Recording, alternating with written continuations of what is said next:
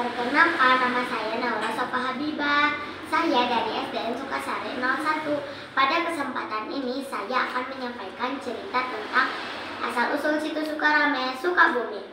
Pada zaman dahulu, tidak lama setelah penjajah Belanda berada di daerah di kaki Gunung Salak, tepatnya di ujung barat Sukabumi, terdapat seorang Belanda bernama Kole. Kole disebut juga seorang Tuan Kawasa karena Kole orangnya yang memiliki kekuasaan.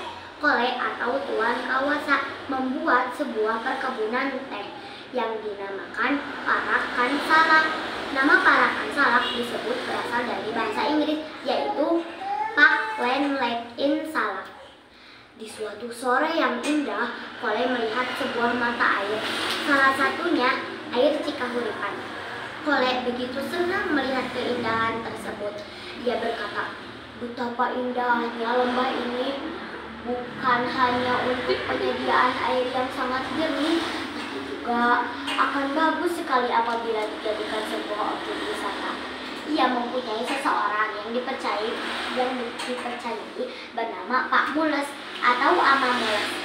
Ia memerintah kepada Pak Mules untuk membangun sebuah tanggul di sekeliling lembah.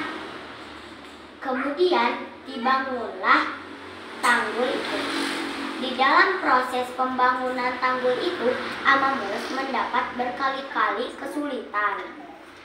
Terlebih dalam ia bentrok dengan seekor monyet dan ular sakti, sehingga pada akhirnya tanggul tersebut roboh dan menyebabkan kerugian yang amat besar. Tuan Kole merasa kecewa melihat kekecewaan di wajah tuannya.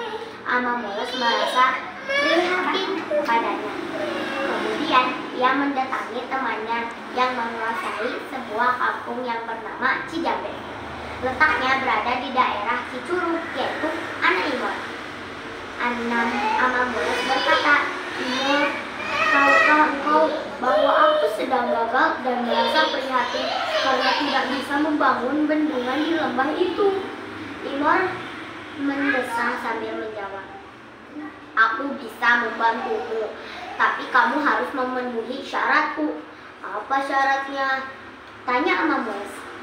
Ternyata Ama Mules harus menikahi seorang wanita bernama Nyi Andar Cahya. Wanita itu tidak memiliki suami karena suaminya terbunuh ketika Ama Mules bentrok dengan monyet dan ular itu.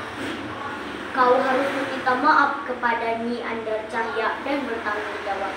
Kemudian Ama Mules menikahi Nyi Andar Cahya dan memohon keridoannya untuk membangun tanggul di lembah tersebut. Dengan keridoannya, tanggul tersebut dibangun lagi dengan sungguh-sungguh tanpa ada kesulitan. Tuan Kole merasa puas dan gembira dengan pekerjaan Ama Mules ini.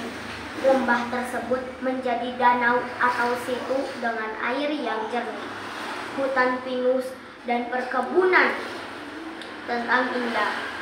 Situ itu berubah menjadi Sanggul Nyi Andar Cahya. Namun tiada gading yang tak retak. Tiadalah yang sempurna dan kekal di dunia ini. Sejak kedatangan penjajah Jepang, situ itu dibagi menjadi dua bagian, yaitu barat dan timur. Namun pada kedatangan penjajah, tahun yang sama dibagi, yang berat terkena longsor, kemudian menjadilah gampang. Sering berjalannya zaman situ itu dinamai Sukarame karena banyak sekali pengunjung yang datang ke sana untuk rekreasi. Nah, begitulah jalan ceritanya. Wassalamualaikum warahmatullahi wabarakatuh.